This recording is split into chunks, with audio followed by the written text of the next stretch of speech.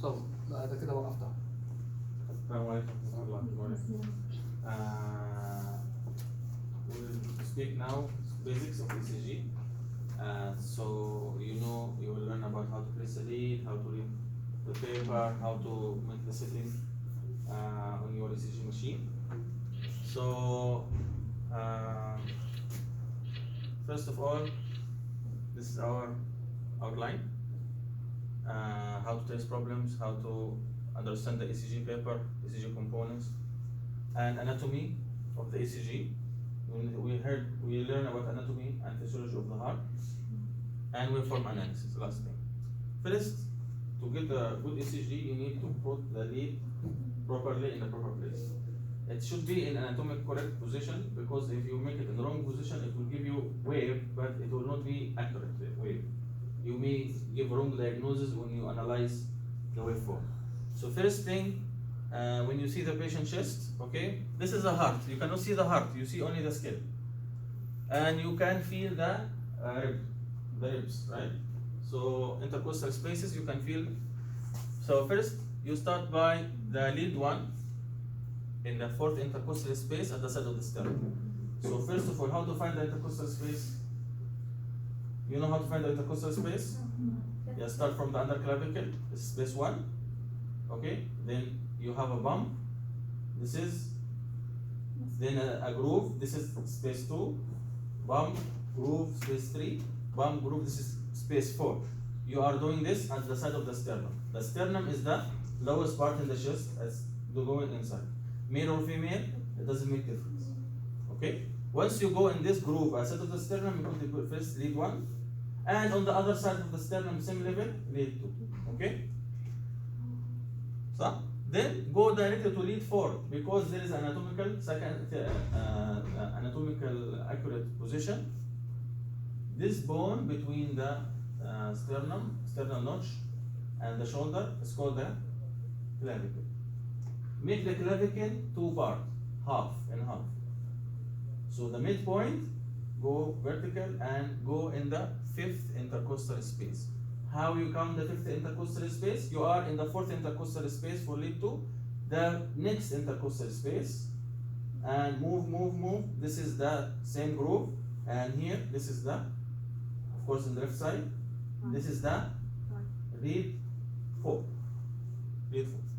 Okay. Lead 3 between 2 and 4, just in the here 2 and 4, in the middle of the space between 2 and 4, just put lead 3. And lead 5, you put it in the anterior axillary line. How to find the axillary line? The axillary line starts from the, this is the axilla. Axilla, this is the chest in here, and this is the back, start here. From the chest to the back, there is a space, side of the patient. This is the side of the patient, not like a square. So this is the side of the patient. So the next here, this is the start for end of the chest, start of the side. This is the line between them. This is the anterior axillary line, and in the back, posterior axillary line, and in the middle, mid axillary line. Okay, so you know the line. And in the same 5th intercostal space, you continue after lead 4 until you find here anterior axillary line, intersection between the 5th intercostal space. This is the lead 5, and then the mid axillary line, also 5th intercostal space, will be lead 6. Okay, this is the must be in place leads. Okay, accurate. Now let's move on to the limb leads. If you have a problem with the limb leads, you should understand first. It will be the like poles of the heart. So this is the heart in the center. In the right arm, on the right east, in the northeast. Okay, this is the heart. In the northeast, you have to put this lead. Why I'm saying that? Because sometimes the patient is amputated. Okay, or there is surgery. You are not able to place it in the arm. So where do you place it? You place it to this direction. Okay? Because the lead measures the electricity, and electricity moves in direction. It can move in this direction, move in this direction, like that. Okay? Like you learned in the previous slide, conduction go sinus node, AV node, like this. It will go in this direction. So you put lead here to see the electricity from this side and electricity from this side and here. So you have to put it in this direction, the first one, the right arm, and the left arm it will be in the other side, here, or here, or here, or here, or here. Okay? Because all of this connected. Okay? You put it on the arm, even it's down, it will be connected to this point north of the heart on the left side. Okay? The same thing for the lower limb. So we learn about the chest leads. Now the limb leads, and the lower limb lead will be to the left side. So the patient have amputation here, all leg amputation to hip level, you can put it on the hip, okay, or above that. So it will be in this direction, okay? If the patient move his leg or he cannot move his leg, it's okay, just doesn't have to be straight. Because connected to this point in the body that is below the heart or above the heart. Clear? Yes. Okay? I'm giving you all the problems, all scenarios, so you will have solution. You will not have doubt what I will do. Okay? What about the right limb lead? Right limb lead is important, but it does not reflect wave in the ECG. It's important to make my ECG clear. Sometimes the ECG have noise and you cannot see the wave properly. Why? Because there is no ground. The body have extra electricity. All muscles of our body create electricity besides the heart.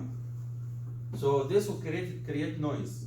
Patient heat can create noise in the ECG. So this ground lead, okay, once you connect it properly, it will reduce this noise. Okay, so this is a function of right limb, right leg lead. Now, once you connected everything and you print out the ECG, you may find issues like this. If you have a flat line ECG or no baseline, so no baseline means either disconnected, the lead is disconnected, okay, or what else? Or what?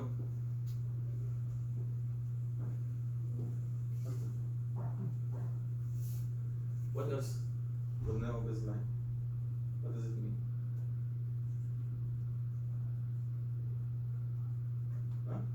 Huh? No baseline, no problem with the ECG paper.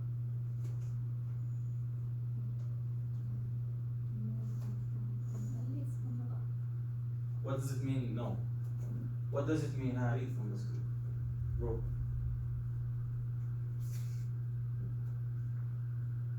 She said leads wrong leads.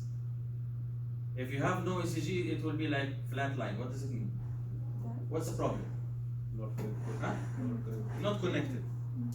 Your lead is not connected. You can see it connected, but maybe it's just on top, not touching. So you make sure it's everything connected from machine to patient. Okay? So you have to do continuity check. So from machine, all the connections are tight. Sometimes this machine is have dust inside or water inside or any liquid. It prevents connection. So you make sure all the connections are clean and attached, and go to the next connection until you find the electrodes itself on the chest. They are properly clamped by the leads and they are properly adhered to the skin. All of this means it's attached to the patient. If this not attached in any point, means it will give you blood line. Also the skin itself, so check the skin itself, maybe the patient have medication patch, okay, or you have abnormality on the skin, it may cause no connection. If you have baseline wonder, you have waves and you have the line going up and down, the whole ECG line. Okay? You have double 3 waves. Patient movement. Yes, patient movement. The most probable cause, or the ground lead. Which one is the ground lead? I don't know which one is ground lead. Which one is the ground lead?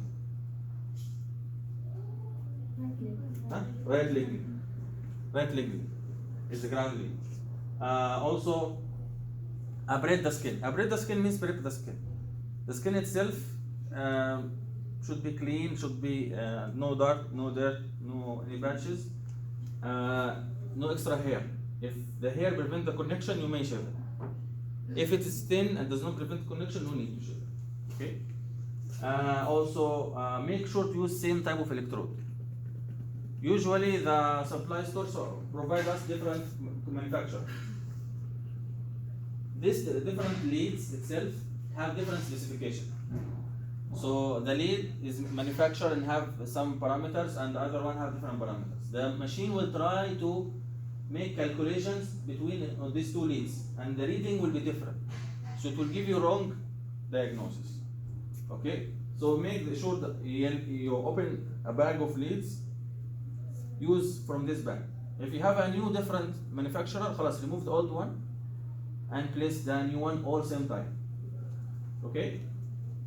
Not all leads. If you want to go in details, just read the bags. This bag have a rating for electricity, for conduction, for resistance. This is details. To make it easy for you, just make sure all the leads are same type. Okay? Also check for static build-up. Static build-up can be done caused by patient having pneumatic compression on the leg. This cause vibration, or any machine or blood pressure machine inflating or deflating, or extra cables or wiring or things that's on the bed have electricity not shielded. This will cause electricity or static build-up. For medical purpose devices, their cables are shielded. There is proper shield, proper extra layer on the cable to prevent interference with other devices, especially pacemakers and ECG machines like that. But usually, to make sure, you may disconnect unnecessary lines, unnecessary cables, if you still have this problem. Okay, so this is at the end of the list. If you have AC noise, again, I will make sure the connection is proper, no liquids, no water, and the patient is not moving. So the causes of the patient is moving. It can be visible or can be invisible. So it can be invisible, like little shivers. Okay? So this be if your patient is sleeping all the night and you wake him up in the morning, do morning bath, and after that you do the ECG. So he'll be exposed to the air and he will be feeling cold and he will be shivering, you cannot see. So it will cause this noise. So better do what? Do ECG before bath. Okay? And skin is clean, okay, or just clean only under the electrodes, and then do the bath. Because this will cause the patient to shiver after bath. Check ground connection, cables away from ECG cords. So the ECG cable itself, you know, patients who are critically ill attached with many lines, make the cable away. Abrade the skin. Turn off fluorescent lights if still you have this problem. Sometimes the fluorescent light is too intense. It may affect the ECG cables, especially if they are not properly shielded. If you notice, see your cable of the ECG leads. It may be broken, or small broken. This is sweat of the skin, dirt will go inside, and this will make contact with the metal, and it will affect the ECG. Okay? I'm giving you a solution to try it all before printing out a poor ECG, which will lead to wrong diagnosis or no diagnosis at all. Okay? Dry skin. Make sure the patient doesn't have tremor or seizures.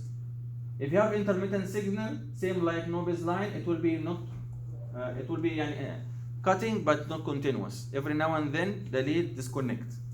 So make sure the connection is proper and skin is clear. So you find the repetition of all of this. But last one, low amplitude, it will be by sitting. So what I said, prepare the patient, prepare the machine, prepare the electrodes and cables and everything.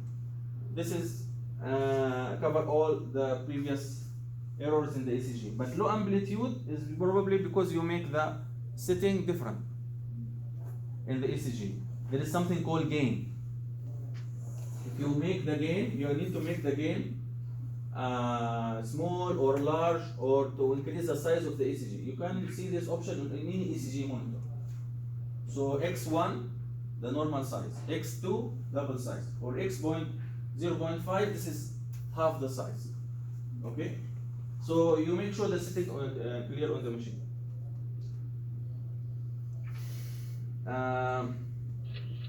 So we understood now the problems with the ECG. Now let's learn about the ECG paper. Now the ECG paper is graded. There is grade line in the ECG paper.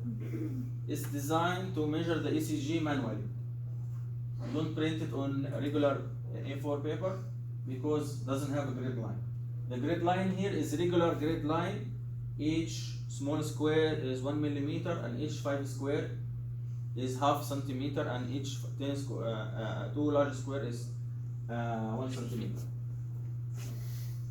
So here, this is the same. If you work in math, you remember math from high school, you are using this one to draw triangle or something like that. If you are using this, so the same measurement. Each small one, 1 millimeter.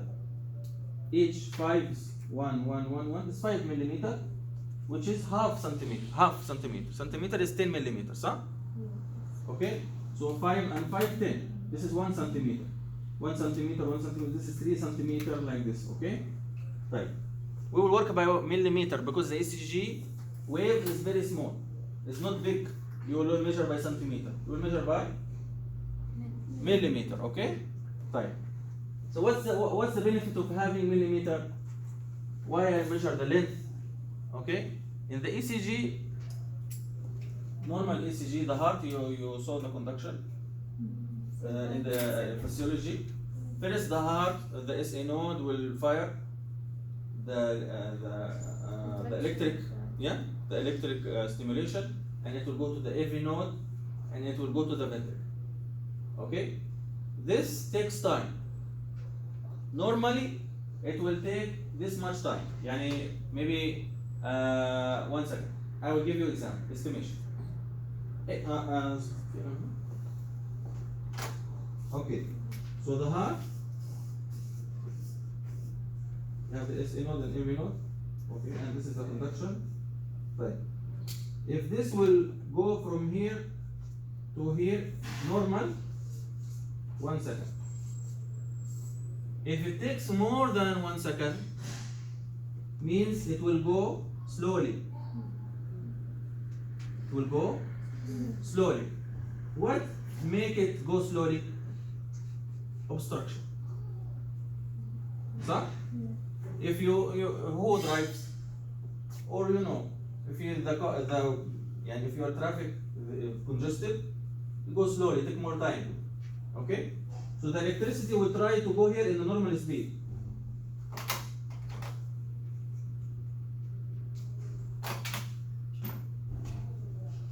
Okay, normal speed. Then some obstruction happen. What kind of obstruction? Injury. The obstruction is caused by tissue abnormality.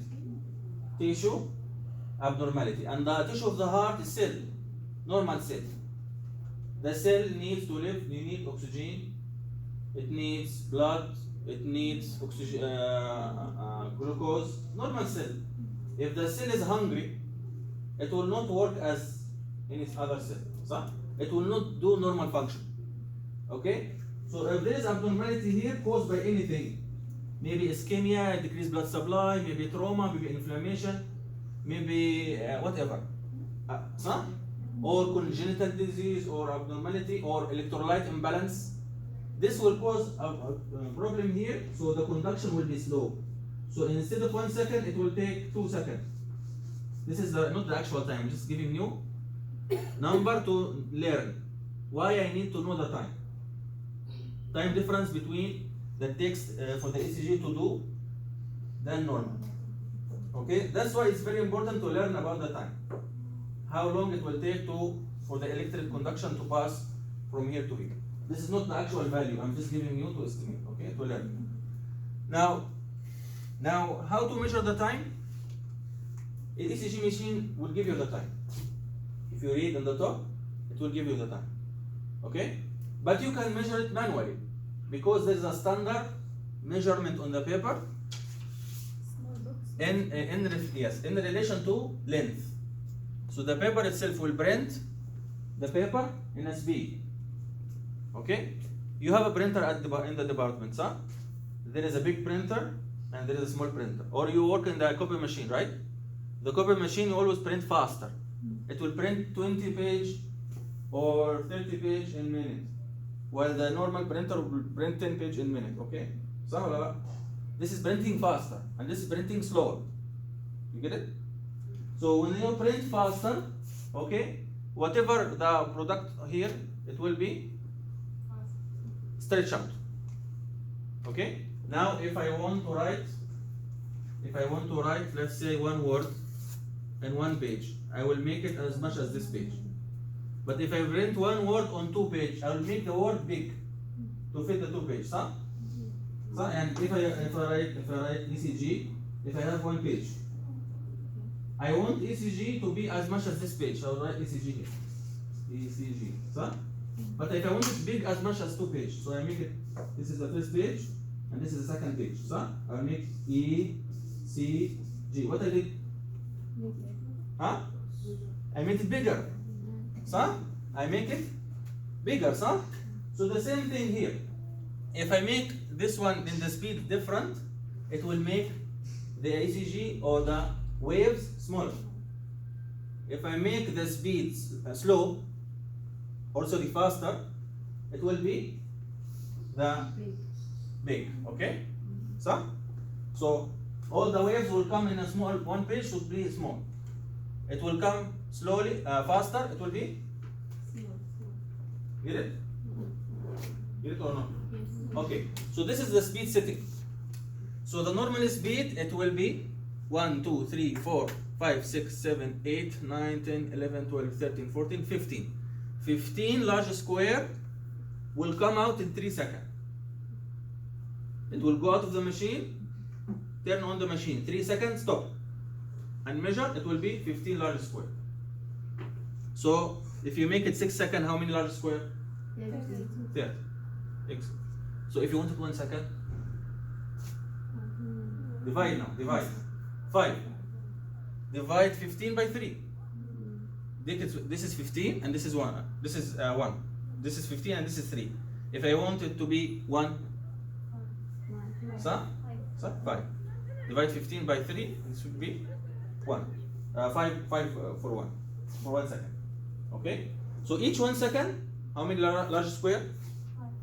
5. Now write it down. This is the number to write down. Each 1 second equal to 5 large square. Write it down.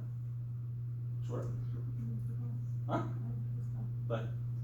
Now take out your phone. I want to learn how each large square equal in 1 second. So now the 5 large square equal 1 second. I want to know how much second equal 1 large square. Huh? And I have 1 large, I said 5 large square, 1 second. I want 1 large square, how many seconds? Huh? Do it. Yeah, do it in your phone. Now. Do it in your phone.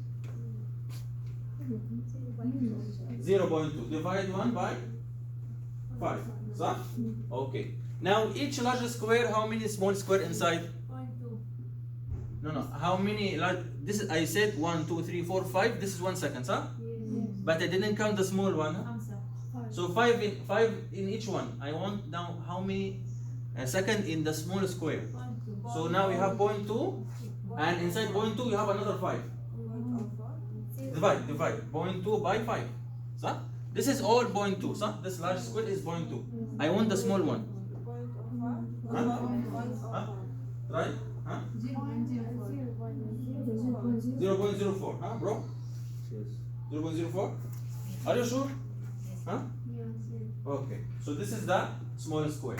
So now I learn that the large square will take 0.2 seconds. And the small square? 0.04. So when I have the ECG and I see the ECG wave take 1 large square, I will know it takes how many seconds? 0.2 seconds. And when it takes 3 small squares, how much it takes time? Multiply by small square. Huh? Multiply. So now I have 3. multiply. Use your phone. Don't use. If you have difficulty calculating, just huh? Point 12. Point 12. That's it. You need to know two numbers. 0.2 and 0.4. 0.04. So 0.2 and 0.04. Now you learn this. Halas? That's it. Let's go to the next one. Okay. Now I will learn about the elevation. Your ECG wave. We learn about ECG, but some ECG waves will be small, some ECG will be tall. Okay? So I will measure the standard elevation of the ECG to be the 1 millimeter equal 0.1 millivolt. 0.1 millimeter, 0.1 millivolt. Okay? So if I say there is elevation of 4 millimeter, how many millivolt? ST segment elevation of 4 millimeter means? Huh? For what? No. 0.1 the H1. H1 milli, 0.1 millivolt. 0.4. Multiply by 0.1, not by 1. Because you need 10 millimeter to have 1 millivolt. Okay? Right. Or I can say in the diagnosis there is ST segment elevation of 0.4 millivolt.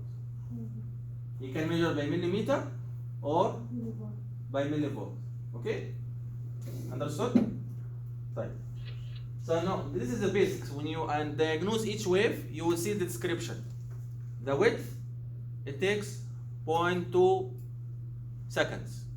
Okay? Or it takes 0.12 seconds, like that. For the elevation is 0.4 millivolt or 0.7 millivolt. So you can make the paper goes fast or slow, I told you, sir. So you make the speed on the ECG machine 25 millimeter per second or 5 large square per second, sir. And each one large square have 5 small square. 5 by 5, 25. So 25 per second, same that we learned. Or 10 millimeter per millivolt. 1 millivolt, 10 millimeter.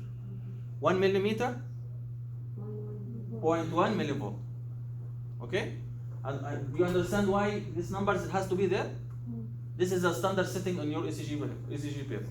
If you change this speed, it will be showing a tachycardia or bradycardia. Okay? If you change this one, it will make the wave smaller or bigger. Clear? Clear this part? Do you know how we arrived into this number? Now?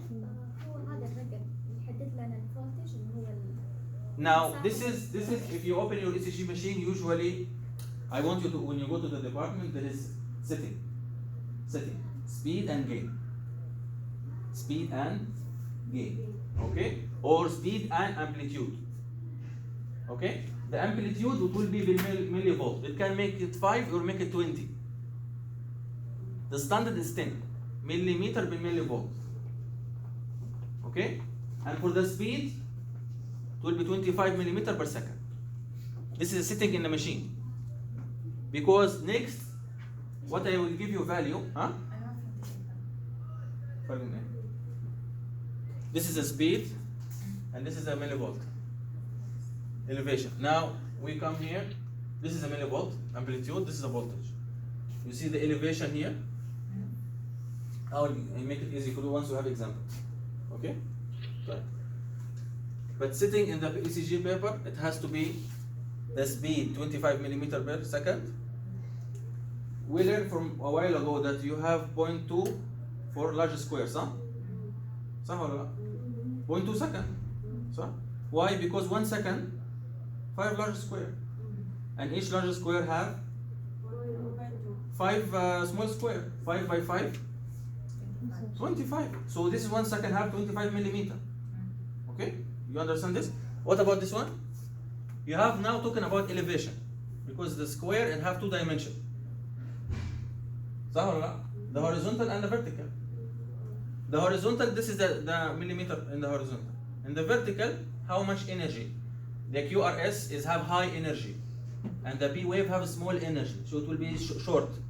The other one is tall. Why is this is important? The B wave has to be this much elevation. ST segment is, for example, patient have STEMI. Did you hear about STEMI? Okay, STEMI have the strength. This is elevation of the STEMI increasing, means more ischemia. So how they measure it? By elevation or millivolt. Okay, how high it is. Now, again, I teaching the words. So now, here is the waves on the flat line.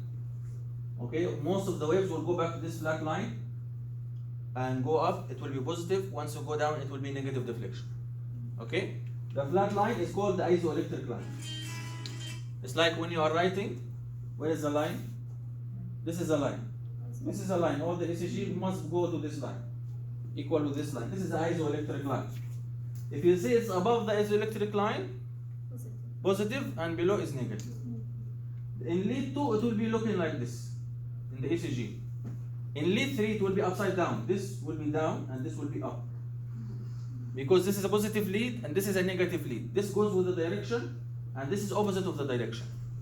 Okay? So lead 3, for example, measure the electricity direction going from here to here. This is lead 2. Okay? Lead 2. Lead 3 going from here to here. This is lead 3. This goes here and this goes here. So this will be in the right direction and this will be opposite direction, upside down. If you see lead 3 like this or lead 2 opposite, means you switch it. You make mistake. You make right, left, and left, right. Probably on the ECG monitor, when you go patient come, you just connect all anywhere just to see numbers. So, when you open the ECG monitor, you won't see numbers. So, you want to do analyze ECG. So, you want to see heart rate. You don't do it to analyze ECG. But you should be make it accurate actually. So you usually go to lead 2 and find the QRS very long and going down, means probably you switch the lead. Okay? So this is the positive and negative. Okay? So all our ECG now leads today, you will learn about lead 2. Lead 2. Like this. Okay? In the monitor, in the paper, this is the description of lead 2. Okay? You have other 12 lead. You have other 12 lead, not only one lead, but we will study only lead 2. The reflection should be same, okay? But this will be up, this will be down. ST segment can be present in other one and not present in others like that. So you learn about this waveform in previous lecture. So I will repeat.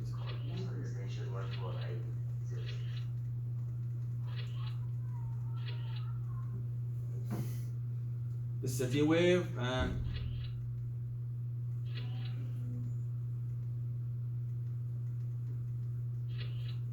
okay. So when I study the B wave, I study this part of the heart, atrium. Reflect the atrium. If you study QRS, ventricle. And the T wave also reflect the ventricle. Okay? So yani 3/4 of more or more of the ECG about the ventricle because it's very big. So it's majority of the heart. Right. So the electricity will start in the SA node, that will make this the effect on the ECG. Once that atrium will contract, depolarize, it will make the B wave. Then it will reach the AV junction. No, nothing will be, but will be space only, place, segment. Then here the QRS, the ventricle contraction and ventricle relaxation. This will be in the Purkinje fibers and bundle of his like that. Okay? So this reflects this.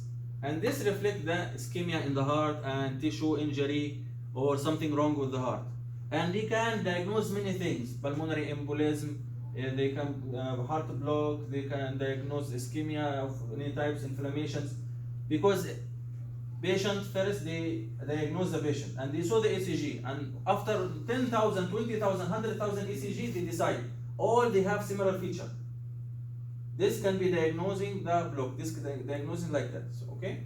That's why it's non-invasive and easy to use and anyone can do it. So, there are other things like echo, so, or cardiac cath, but this is invasive or takes more time or costs more.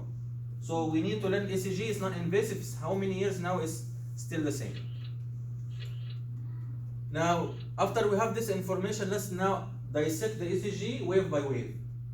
I didn't teach you any diagnosis. After this lecture, we'll learn about AVF and this one with other educators. But let's start step by step. First, learn about, is the rhythm regular? What's the heart rate? You can count it manually. And also we'll analyze the B wave, analyze the QRS, analyze the PR interval, ST segment, and last step, the diagnosis. Last step is diagnosis. The diagnosis is about first know the normal, and it can be all the ECG is abnormal or one part of the ECG is normal or abnormal. The diagnosis is two words: atrial fibrillation, ventricular tachycardia. First, it will show you where is the problem, the place. I call it pacemaker. Pacemaker is the boss. Pacemaker is normal, boss is SNO. If you have abnormal boss, it will be atrial focus or ventricular focus. There are some other pacemaker. We call it pacemaker. So this will be the new boss. So you see ventricular. So when you give the shock, you kill this boss. Then all the boss will start again. This is the purpose of giving cardioversion or adenosine, to kill the abnormal boss or stop it.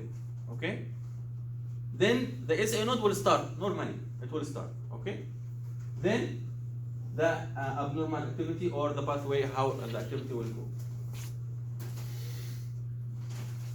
I say maybe abnormal boss, maybe more than one.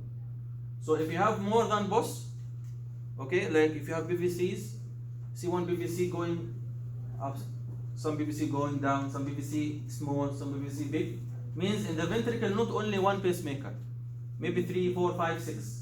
Once this pacemaker increase, you will have a problem with VTAC, then VF, because all of them in competition. So, did you work under two boss before? Did anyone work under two boss? They have conflict. This boss asks you to do this, remove this chair, the other one no, place it. They have conflict. This is what happens inside the heart if you have more than pacemaker. Okay? Now, first thing is, I want you to stay outside the room and sit like this and look at the screen. Well, it doesn't look right. This is very good diagnosis. This is very good diagnosis. To say, well, this does not look right. Not to say, this is atrial fibrillation, like this, accelerated or controlled or rapid AFib and give. No. If you fail to detect abnormality in irregular rhythm, no need to have this course. What's the benefit of having certificate? You will keep hiding it. You will not wear it. So you need to show competence. So this does not look right before saying anything. So if you didn't attend this course and so, what about this? No, something wrong. So does not look right. Does not look even. So it's irregular. So the first instinct that you have, you need to maintain it. Okay? Before go jumping to diagnosis.